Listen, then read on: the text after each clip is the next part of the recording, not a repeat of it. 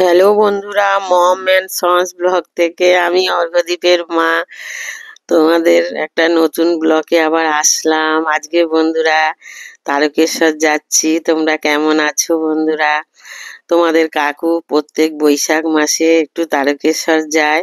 উনি খুব বাবা মহাদেবের ভক্ত। চৈত্র মাসে ভীষণ ভিড় হয় বলে আমাকে নিয়ে যায় না, আর সেই জন্যে বৈশাখ মাস বছরের প্রথমেই উনি একটু বাবার মন্দিরে পুজো দিতে ভালোবাসেন। সেই জন্য আমরা বছরে একবার করে তারকেশ্বর যাই। আগের বছরেও গেছিলাম, এবছরেও যাচ্ছি। দেখো এখন আমরা হাওড়াতে ট্রেনে বসে আছি, তারকেশ্বর লোকালে বসে আছি, ট্রেন ছাড়বে। আর কাকু খুবই মনটাও খারাপ কাকুর, কারণ কাকুর মনে অনেক ব্যথা আছে তো বন্ধুরা। কেন, নিজের দাদা সম্পত্তি থেকে ঠকিয়েছে, আর কাকু খুব সহজ সরল মানুষ। কাকুর তুলনা নেই সত্যি বন্ধুরা। আমি অনেক কপাল করে, অনেক ভাগ্য করে আমার স্বামীকে পেয়েছি। হয়তো আগের জন্মে কোনো পুণ্য করেছিলাম। এরকম স্বামী পাওয়াও বন্ধুরা খুবই ভাগ্যের দরকার। তোমাদের কাকু অনেক ভালো বলে আজকে 30 বছর একসাথে সংসার করছি দুজনে, সুখে দুঃখে। এরকম স্বামী পাওয়া সত্যিই ভাগ্যের দরকার। আমিও শিবের মাথায় জল ঢেলে মনের মতন স্বামী পেয়েছি। তাই আমরা তারকেশ্বরে যাচ্ছি। আর দেখো ট্রেনটাও ছেড়ে দিয়েছে বন্ধুরা। আর অনেক সকালে বাড়ি থেকে বেরিয়েছি, বাড়ি থেকে ভিডিওটা করতে পারিনি, তাই হাওড়ায় এসে ট্রেনে বসে বসে ভিডিওটা বানাচ্ছি বন্ধুরা। তোমরা কে কে তারকেশ্বর যেতে পছন্দ করো অবশ্যই কমেন্ট করবে। আর কে কে হর হর মহাদেব শিবের ভক্ত আমাদের কমেন্ট করবে। কাকু তো ভীষণ শিব ভক্ত, মহাদেবের একেবারে খুবই ফ্যান। আর আমি হচ্ছি মায়ের ভক্ত। মা কালী, মা মঙ্গলচণ্ডী হচ্ছে আমার সব। দুজনেই আমরা খুব আধ্যাত্মিক দিকে চলে যাচ্ছি বন্ধুরা। দুনিয়ার মিথ্যেবাদী, দুনিয়ার এত বেইমানি দেখতে দেখতে না আমরা নিজেকে গুটিয়ে নিচ্ছি সমাজ থেকে বন্ধুরা, জানো তো। অনেক সোশ্যাল ওয়ার্ক করেছি, অনেক ভালো মানুষের উপকার করেছি, কিন্তু শেষ টাইমে আমরা একটা বদনামের ভাগী হয়েছি। আমরা দেখো তারকেশ্বর পৌঁছে গেছি তারকেশ্বর। আমরা যেদিন পৌঁছেছি সেদিনকে আর পুজো দেইনি, এটা হচ্ছে পরের দিন। কেন, কাকু বলল, আমরা শুক্রবারে গেছিলাম। কাকু বলল, তোমাদের কাকু বলল যে শনিবারে নিরামিষ খাবো আর বাবার মাথায় জল ঢালবো। আর আমার একটা মানত ছিল বন্ধুরা, জানো তো। তোমাদের কাকু না একটা সময় হাঁটতে পারছিল না, অফিসেও যেতে পারছিল না। তখন আমি বাবার কাছে খুব কান্নাকাটি করে বাবাকে বলেছিলাম যে আমার সংসারের মাথা হচ্ছে আমার স্বামী। আমার স্বামী ছাড়া আমার এই পৃথিবীতে আর কেউ নেই।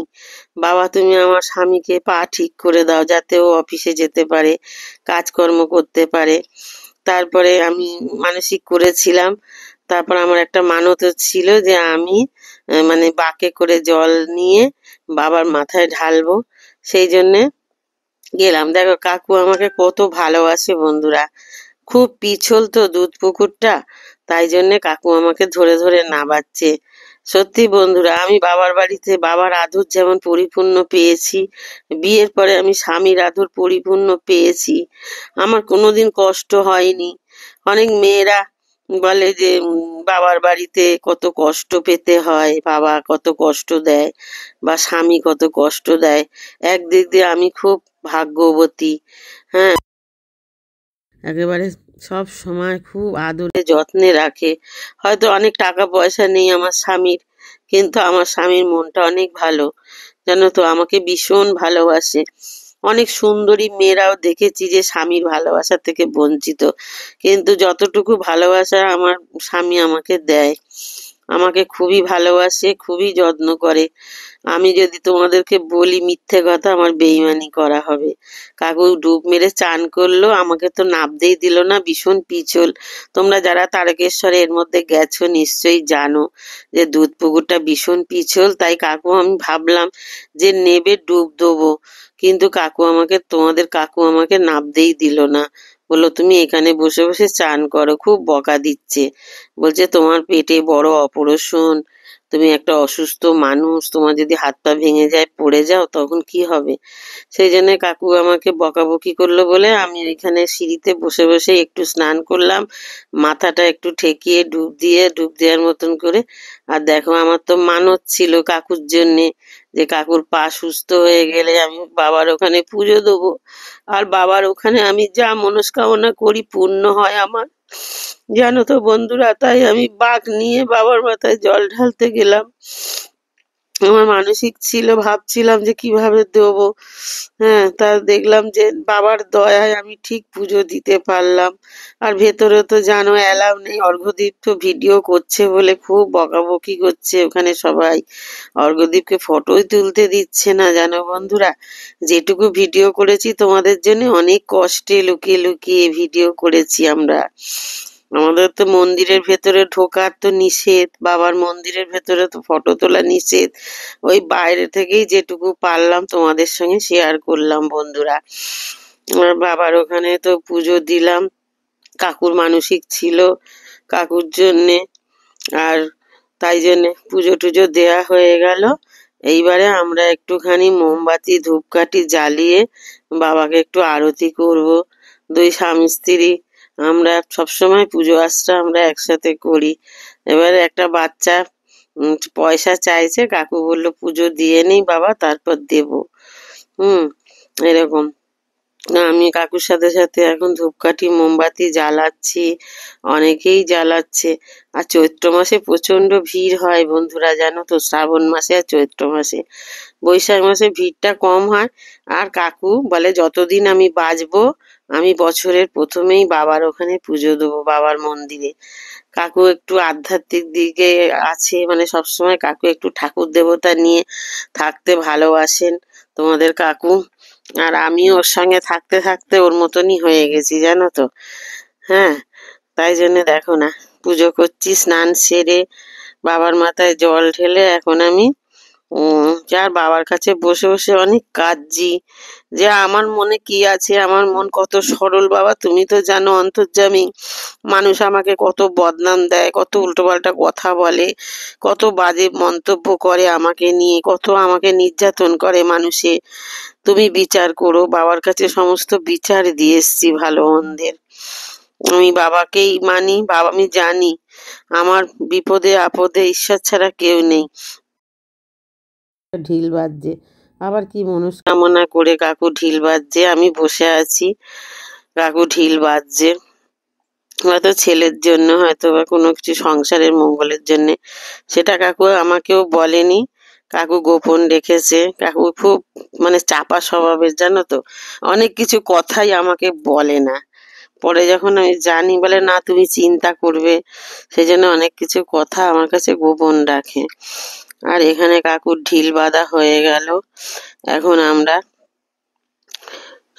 এখন আমরা একটুখানি ওই কপালে তিলক কাটে না, বাবার তিলক, আমরা সব এক এক করে কাটলাম।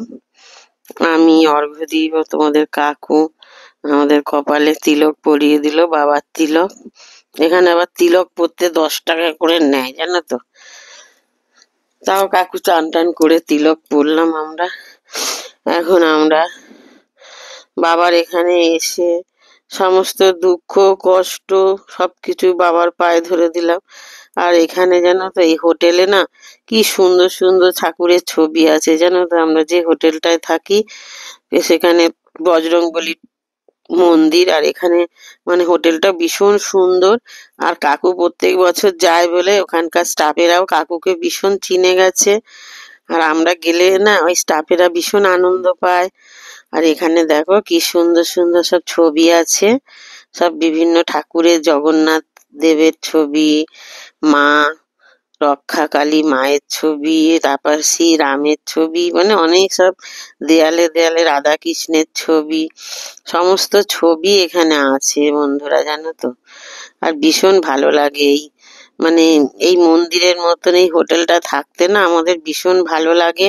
আর হোটেলটাও ভীষণ সুন্দর, মানে হনুমান, এটা আজকে হনুমানের হোটেলটার নাম আমি এই মুহূর্তে ভুলে যাচ্ছি বন্ধুরা। মানে হনুমানের একটা মূর্তি আছে, মানে ওখানে খুব সুন্দর হোটেলটা। ওই হোটেলেই আমরা প্রত্যেক বছরই গিয়ে থাকি। আর হোটেলটা বেশ ভালো হয়, পরিষ্কার পরিচ্ছন্ন হোটেল, ঘরগুলো বেশ সুন্দর, তাই জন্যে কাকু না অন্য জায়গায় থাকতে চায় না, এই হোটেলটাই ভালোবাসে জানো তো। আর আমি পুজো দিয়ে এখন বসে আছি, চুলগুলো তো ভীষণ ভিজে, আর আমার তো অনেক বড় বড় চুল বন্ধুরা। কাকু আমাকে এই চুল দেখেই প্রেম করেছিল, ভালোবেসেছিল। মেয়েদের মাথায় ঘন কালো অনেক চুল থাকলে কাকুর নাকি ভীষণ ভালো লাগে। আর আমি এখন বলছি, সতীর কাছে বাধা সরা, কপালে তার বসুন্ধরা, গান গাইছি আর নাচ করছি দেখো, আমার কীর্তি। আমি বসে একটা রুদ্রক্ষর মালা কিনেছি, ওখানে গিয়ে বড় কাকু বলছে তোমাকে তো পুরো যোগিনী লাগছে। আমি বলছি আমি যোগিনী হয়ে যাব লাস্টে মনে হয়। এইসব বলছি, দুই স্বামী স্ত্রী ভীষণ ইয়ার্কি মারছি আর গল্প করছি এইভাবে। তারকেশ্বরে পুজো দেয়, দেখো আমার ঘরের পাশে কিরকম রক্ষা মা, কত সুন্দর মায়ের ছবিটা দেখেছো বন্ধুরা? আমার তো মানে ওই ঘরটা দিয়েছে, তার বাইরেই দেখছি মায়ের ছবি, আর আমার তো ভীষণ ভালো লাগছে। আর যে মা তো সর্বক্ষণ আমার সাথে সাথেই থাকে, আমার আর কি চিন্তা। হ্যাঁ, এরকম ভাবছি। আমার তার আগে গাটা খুব বোলাচ্ছিল বন্ধুরা, গরম পড়েছে তো। তখন মনে মনে ভাবছি যে মা যখন পাশে আছে আর কোনো চিন্তা নেই। তা মায়ের কৃপায় আমার কোনো শরীর খারাপ হয়নি, হতে হতেও সুস্থ হয়ে গেলাম মায়ের কৃপায়। ভয়ও লাগছিল, যখনই ট্রেনে যাচ্ছি না গাটা গোলাচ্ছিল, বমি বমি লাগছিল। ভাবলাম যে একটুখানি জল খাই, নুন চিনির জল। তারপরে দেখলাম যে সুস্থই হয়ে গেছি, আর কোনো অসুবিধা হয়নি। আর দেখো, এটা হচ্ছে রাজবাড়ি, বুঝলে বন্ধুরা?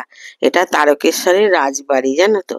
আমরা অনেক সময় এই রাজবাড়িতে না নিরামিষ খাবার খাই, কিন্তু আজকে আহ, আর খাইনি। আর এটা হচ্ছে দুধ পুকুর, এই দুধ পুকুরের সামনে আমরা দাঁড়িয়ে আছি বন্ধুরা, জানো তো। এটা হচ্ছে আগের দিনের, বুঝলে বন্ধুরা, এই ছবিটা।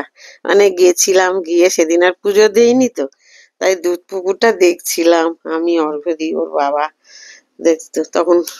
কেউ পুজো টুজো দিচ্ছে না, মানে তখন বিকেলের দিকে আমরা একটু দুধ পুকুরে গেছি দেখতে। দেখছি পুকুরটা কত বড়, দেখো। আর আবার মাছটা দেখতে পাইনি, সাপ দেখতে পেয়েছি, জানো তো। সাপ দেখতে পাওয়ার পরে অনেকেই বলছে এই তো বাবার সাপ দেখতে পাচ্ছি, এই যে এইখানটায় বাবার একটু সাপ ঘোরাঘুরি করছিল, একটা সাপ, সেই সাপটাকে আমরা দেখলাম। আর কাকু কি করলো দেখো, একটু দুধ পুকুর থেকে জল নিয়ে আমাদের মাথায় বললো দিতে। আর এই দেখো, এটা হচ্ছে বাবার মন্দির। এই মন্দিরের সামনে